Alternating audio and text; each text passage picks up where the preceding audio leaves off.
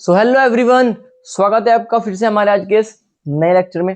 आपको पता है कि हमने केमिस्ट्री में एकदम जीरो लेवल से हीरो लेवल तक के एक सीरीज चलाई हुई है, जिसमें हम जीरो लेवल केमिस्ट्री पढ़ रहे हैं। उसे धीरे धीरे फिर अपने लेवल को हम बढ़ाते जा रहे हैं। जैसे हमने पीरियोडिक टेबल पूरी पढ़ी, ठीक है, इलेक्ट्रॉन, प्रोटॉन, न्यूट्रॉन ये सब कर लिए।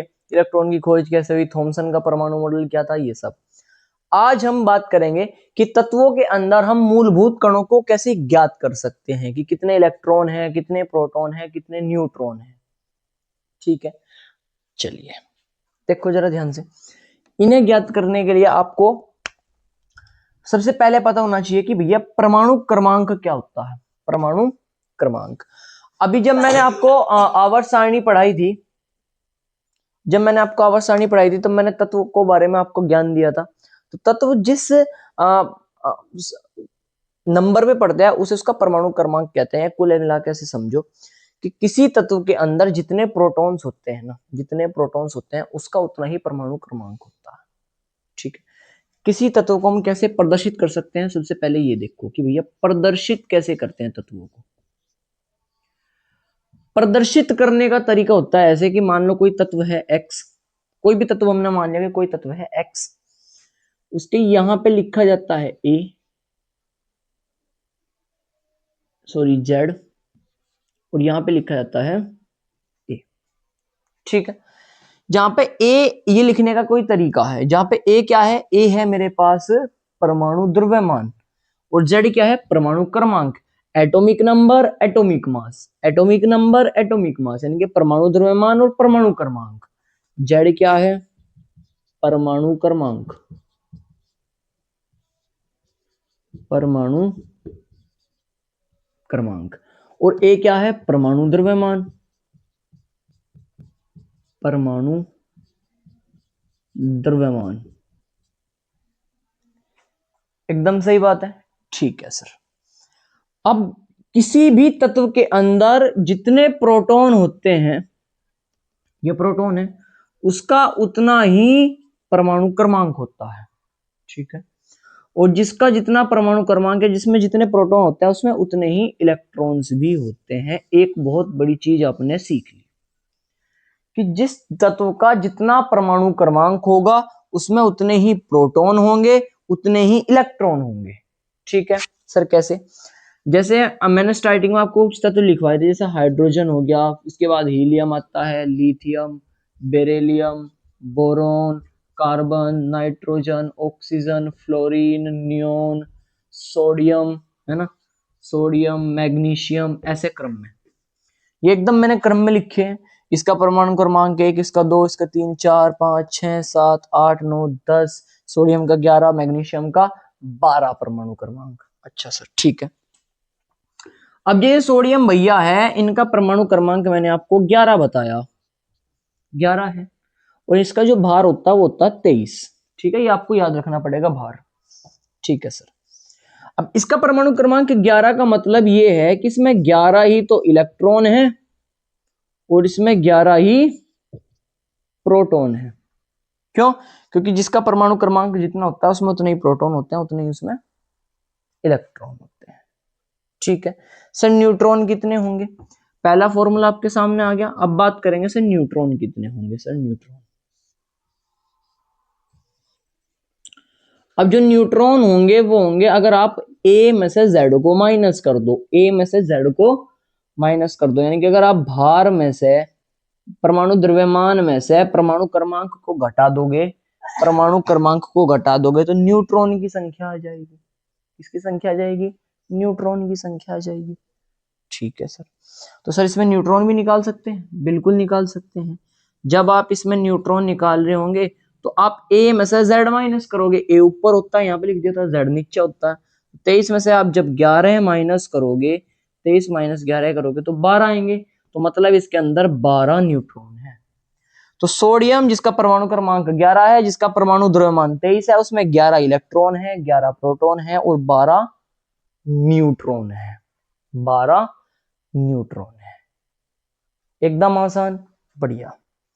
जैसा हाइड्रोजन पहले नंबर पे पड़ता है तो उसमें एक ही इलेक्ट्रॉन है, एक ही इसमें प्रोटॉन है। तो क्या इसमें न्यूट्रॉन है? नहीं भाई, क्योंकि इसका द्रव्यमान सिर्फ एक होता है, एक में से एक माइनस कर दोगे तो 0 बचेगा, तो इसके अंदर न्यूट्रॉन नहीं होता। हीलियम की अगर हम बात करते हैं तो हीलियम नंबर 2 पे पड़ता है, इसमें 2 इलेक्ट्रॉन है, 2 प्रोटॉन है। ये तीसरे नंबर पे पड़ता है, इसमें 3 इलेक्ट्रॉन है, 3 प्रोटॉन है। ये चौथे नंबर पे पड़ता है, इसमें 4 इलेक्ट्रॉन है, 4 प्रोटॉन है। जैसे लिथियम की बात करें, इसका परमाणु भार 7 है, परमाणु द्रव्यमान 7 है, तो न्यूट्रॉन कितने हो गए? 7 में से 3 माइनस कर दो, 7 में से 3 माइनस कर दो तो 4 बच जाएंगे। अच्छा सर, इसी तरीके से 5 पे, 6 पे, 7 पे, 8 पे, 9 पे, 10 पे ऐसे पढ़ते हैं। बढ़िया है। तो प्रोटॉन निकाल लोगे आप, इलेक्ट्रॉन निकाल लोगे, न्यूट्रॉन निकाल लोगे। ये तो होगी नॉर्मल सी बात, जब हमारे पास आयन ना हो, आयन ना हो, एक उदासीन तत्व हो, जैसे कि सोडियम हो गया, ये सब हो गया। आयन का क्या मतलब है अभी देखो जरा। मैं क्या कर रहा, जैसे मैंने आपको बताया था, जब मैंने आपको इलेक्ट्रॉन के बारे में पढ़ाया था कि इलेक्ट्रॉन एक कार्य करने वाला व्यक्ति है जो न्यूट्रॉन और प्रोटॉन के चारों तरफ चक्कर लगाता रहता है। ऑफिस में न्यूट्रॉन बॉस था, जो ऑफिस में रहता था, उसके साथ प्रोटॉन रहते थे, उसके चारों तरफ कौन चक्कर लगाता था? इलेक्ट्रॉन। अब बाहर का जो भी काम होता था वो सब इलेक्ट्रॉन करता था, जिसमें इलेक्ट्रॉन किसी दूसरे के पास जा भी सकता है और बाहर से किसी व्यक्ति के साथ अपनी मीटिंग भी रख सकता है इलेक्ट्रॉन, ठीक है, अपनी कंपनी को डेवलप करने के लिए। अब यहीं से बात को पकड़ो, अगर इलेक्ट्रॉन चले गए, मान लो जैसे सोडियम है, ये सोडियम है, देखो जरा ध्यान से, मैं इसी का एग्जांपल ले रहा। मान लो कि ये सोडियम है, इसमें इस समय 11 इलेक्ट्रॉन है, 11 प्रोटॉन है। अब इसे बॉन्ड बनाना है किसी दूसरे परमाणु के साथ, किसी दूसरे परमाणु के साथ इसे बॉन्ड बनाना है या कुछ भी करना है, इसे अपनी कंपनी को ग्रो करना है।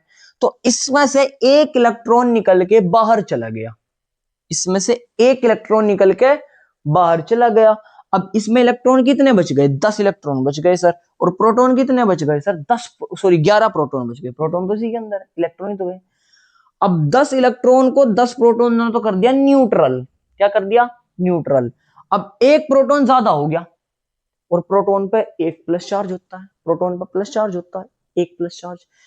एक प्रोटॉन ज्यादा है तो मतलब Na पे एक प्लस का चार्ज आ जाएगा, Na पे एक प्लस का चार्ज आ जाएगा। इस एक प्लस के चार्ज का मतलब यह है कि इसके अंदर एक इलेक्ट्रॉन की कमी है, इसके अंदर एक इलेक्ट्रॉन की कमी है। इस एक प्लस चार्ज का मतलब इतना सा है। सही बात है? अच्छा ठीक है सर, समझ गए। एक प्लस का चार्ज का मतलब एक इलेक्ट्रॉन की कमी। अच्छा, इसी तरीके से मान लो Cl माइनस है, कौन है? Cl माइनस, Cl पे एक माइनस आया हुआ है। सर इसका मतलब क्या है? मान लो जो इलेक्ट्रॉन सोडियम का गया था, कहीं बाहर चला गया था, वो Cl ने ले लिया अपने पास, Cl ने अपने पास वो ले लिया। जैसे ही इसने ले लिया तो अब इसमें एक इलेक्ट्रॉन ज्यादा हो गया, भाई इसका नंबर 17 पड़ता है। जब इस पर कोई आवेश नहीं था तब इसमें 17 ही इलेक्ट्रॉन थे, 17 ही प्रोटॉन थे, ठीक है, 17 इलेक्ट्रॉन थे, 17 ही प्रोटॉन थे, ठीक है सर। अब जो इलेक्ट्रॉन इसने बाहर निकाला वो मान लो Cl ने ले लिया, सोडियम ने एक इलेक्ट्रॉन कम कर दिया अपना, तभी इस पे प्लस चार्ज आया एक। अब ये एक इलेक्ट्रॉन इस Cl ने ले लिया, जैसे ही ले लिया तो उसमें इलेक्ट्रॉन कितने हो गए? 18 हो गए। एक इलेक्ट्रॉन ज्यादा हो गया, एक इलेक्ट्रॉन ज्यादा हो गया मतलब एक माइनस का चार्ज ज्यादा हो गया, एक इलेक्ट्रॉन ज्यादा हो गया मतलब एक माइनस का चार्ज ज्यादा हो गया। अब प्लस माइनस का खेल समझ गए, जिस पर जितना प्लस मतलब उसमें उतने ही कम इलेक्ट्रॉन, जिस पर जितना प्लस मतलब उसमें उतने ही कम इलेक्ट्रॉन, जिस पर जितना माइनस मतलब उस पर उतने ही ज्यादा इलेक्ट्रॉन, उतने ही ज्यादा इलेक्ट्रॉन। प्रोटॉन की संख्या पे, प्रोटॉन की संख्या पे कोई प्रभाव नहीं पड़ने का, क्योंकि प्रोटॉन तो जितने हैं उतने के उतने ही रहेंगे। न्यूट्रॉन की संख्या पे कोई प्रभाव नहीं पड़ने का, न्यूट्रॉन जितने हैं उतने के उतने ही रहेंगे। क्यों? क्योंकि वो तो एक ऑफिस में है, वो ऑफिस से बाहर नहीं निकलते, जो भी काम होगा बाहर जाने का आने का वो सब इलेक्ट्रॉन करते हैं। अच्छा सर ठीक है। तो जैसे कि सोडियम पे एक प्लस का चार्ज आया, सर एक प्लस चार्ज का मतलब है इसका, ये 11वें नंबर पे पड़ता है, ठीक है, एक प्लस चार्ज का मतलब है कि इसमें एक इलेक्ट्रॉन कम हो गया। अच्छा, तो होने तो 11 थे, लेकिन एक प्लस चार्ज आएगा तो उसमें इलेक्ट्रॉन कितने रह गए सर? 10 इलेक्ट्रॉन। प्रोटॉन कितने हैं सर? प्रोटॉन तो 11 ही रहेंगे, क्योंकि प्रोटॉन पे कोई फर्क नहीं पड़ता। न्यूट्रॉन कितने होंगे सर? न्यूट्रॉन भी सेम होंगे, क्योंकि न्यूट्रॉन पे भी कोई फर्क नहीं पड़ता।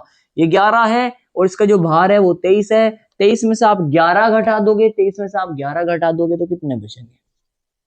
12। कितने बचेंगे भाई? 12। अब देखो जरा, जब हमने यहाँ पे सोडियम की बात करी थी तो 11 इलेक्ट्रॉन थे, 11 प्रोटॉन थे, 12 न्यूट्रॉन थे। 12 न्यूट्रॉन थे, 11 प्रोटॉन थे। यहाँ पे 12 न्यूट्रॉन है, 11 प्रोटॉन है। फर्क किस पे पड़ा? सिर्फ इलेक्ट्रॉन पर। इलेक्ट्रॉन कितने रह गए? 10। ठीक है सर, बढ़िया। सेम हम बात करते हैं मैग्नीशियम की। देखो मैग्नीशियम पड़ता है 12वें नंबर पे। मैं इसे रफ कर देता हूं, आप इतने से उतार लीजिए, या मैं नीचे लिख दूंगा, जगह काफी है। देखो जरा, मैग्नीशियम जो है, मैग्नीशियम भैया ये पढ़ते हैं 12वें नंबर पे, और इनका जो भार है वो है 24। जो भार है इनका वो है 24 द्रव्यमान। ठीक है सर, तो ये 12वें नंबर पे पढ़ रहा, तो मतलब इसमें 12 ही इलेक्ट्रॉन है, मतलब इसमें 12 ही प्रोटॉन है, और न्यूट्रॉन निकालने हैं तो 24 में से 12 आप घटा दोगे तो इसमें सर 12 ही न्यूट्रॉन है। सब कुछ 12-12 है सर। 12 इलेक्ट्रॉन है, 12 प्रोटॉन है, 12 न्यूट्रॉन है सर, हमने निकाल दिया। अच्छा ठीक है, बहुत अच्छी बात है। लेकिन अगर मैं आपको बोल लूं कि भाई Mg डबल प्लस का निकाल के दिखाओ, Mg 2 प्लस का निकाल के दिखाओ, अब बताओ क्या कैसे करोगे? भाई 12 नंबर पे पड़ता है Mg, हमें पता है। 24 इसका भार होता है, अब उधर प्लस लगा हुआ है तो 24 हम यहाँ लिख सकते हैं। ठीक है, कोई टेंशन नहीं।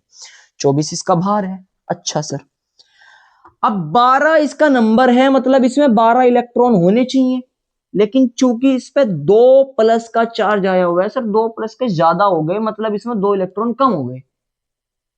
प्लस ज्यादा है तो मतलब 2 इलेक्ट्रॉन इसमें कम हो गए। 2 प्लस के चार्ज आए तो 2 इलेक्ट्रॉन कम हो गए। 12 होने थे, 2 कम कर दो, 10 इलेक्ट्रॉन रह गए सर इसके अंदर। कितने इलेक्ट्रॉन रह गए सर? 10 इलेक्ट्रॉन रह गए। अच्छा, क्या प्रोटॉन पे कोई फर्क पड़ेगा? नहीं सर, प्रोटॉन पे कोई फर्क नहीं पड़ना, प्रोटॉन तो पूरे 12 के 12 रहेंगे। क्या न्यूट्रॉन पे कोई फर्क पड़ेगा? नहीं सर, न्यूट्रॉन पे भी कोई फर्क नहीं पड़ना, 24 में से 12 घटाना में तो 12 के 12 ही न्यूट्रॉन रहेंगे। अगर आपको समझ आया हो तो अभी से अभी अपने दोस्तों के साथ वीडियो को शेयर कर दो, लाइक करना मत भूलो भाई, ठीक है ना? लाइक करना मत भूलो। केमिस्ट्री आपका फेवरेट सब्जेक्ट ना बना दिया तो कहना, तो कहना, ठीक है नहीं? बढ़िया।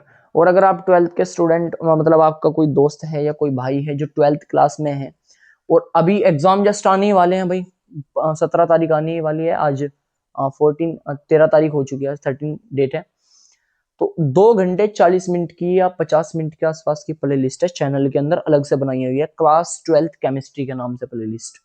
सारा 12वीं का इंपॉर्टेंट कंटेंट डाला हुआ है, जिसे पढ़ने के बाद एग्जाम 70 नंबर का आता है, ठीक है ना? पेपर 70 नंबर का आता है, 40 से 50 नंबर कहीं नहीं जा रहे, आराम से, आराम से 40 से 50, और इतनी मस्त लैंग्वेज में समझाया हुआ है कि याद करोगे आप लोग। ठीक है, चलिए आप निकाल के देख सकते हो, घर पे प्रैक्टिस कर सकते हो। मैं कुछ क्वेश्चंस आपको दे देता हूँ, कुछ क्वेश्चंस आपको दे देता हूँ, ठीक है? क्वेश्चन कौन कौन से हैं आपको निकाल के दिखाना है? n-3 का, इसका ये 7 नंबर होता है और ये 14 नंबर होता है। इलेक्ट्रॉन भी, प्रोटॉन भी और न्यूट्रॉन भी निकालने n-3 का, ठीक है? इसी तरीके से आपको सिर्फ n का भी निकालना है, ये 7 है और ये 14 है, ठीक है सर, हम निकाल लेंगे। एल्यूमिनियम का निकाल के देखना, ये 23 है, ये 27 है, ये 23 है, ये 27 है। उसी तरीके से Al3 प्लस का निकाल के देखना, वो ये 13 हो जाएगा, ये 27 हो जाएगा। निकाल के चेक करके देखना, प्रैक्टिस करके, अगर आप निकाल पाते हो या नहीं, ठीक है? आंसर आप इनके मुझे कमेंट में कर सकते हो, बता सकते हो, ठीक है? और टॉपिक बताओ, नेक्स्ट टॉपिक आपको क्या पढ़ना है? बाकी मैं तो पढ़ा ही रहा हूं, मेरे को पता है मुझे कैसे कैसे लेके चलना है। आपको ऐसा कौन सा टॉपिक है जो आपकी समझ में नहीं आ रहा, वो मेरे को कमेंट कर दो, ताकि मैं समझ सकूं कि हाँ चीजों को कैसे कनेक्ट करके फिर वो टॉपिक कहां पे लेके जाना है, ठीक है ना? ठीक है, तो चलिए मिलते हैं नेक्स्ट लेक्चर में, तब तक के लिए ओके बाय।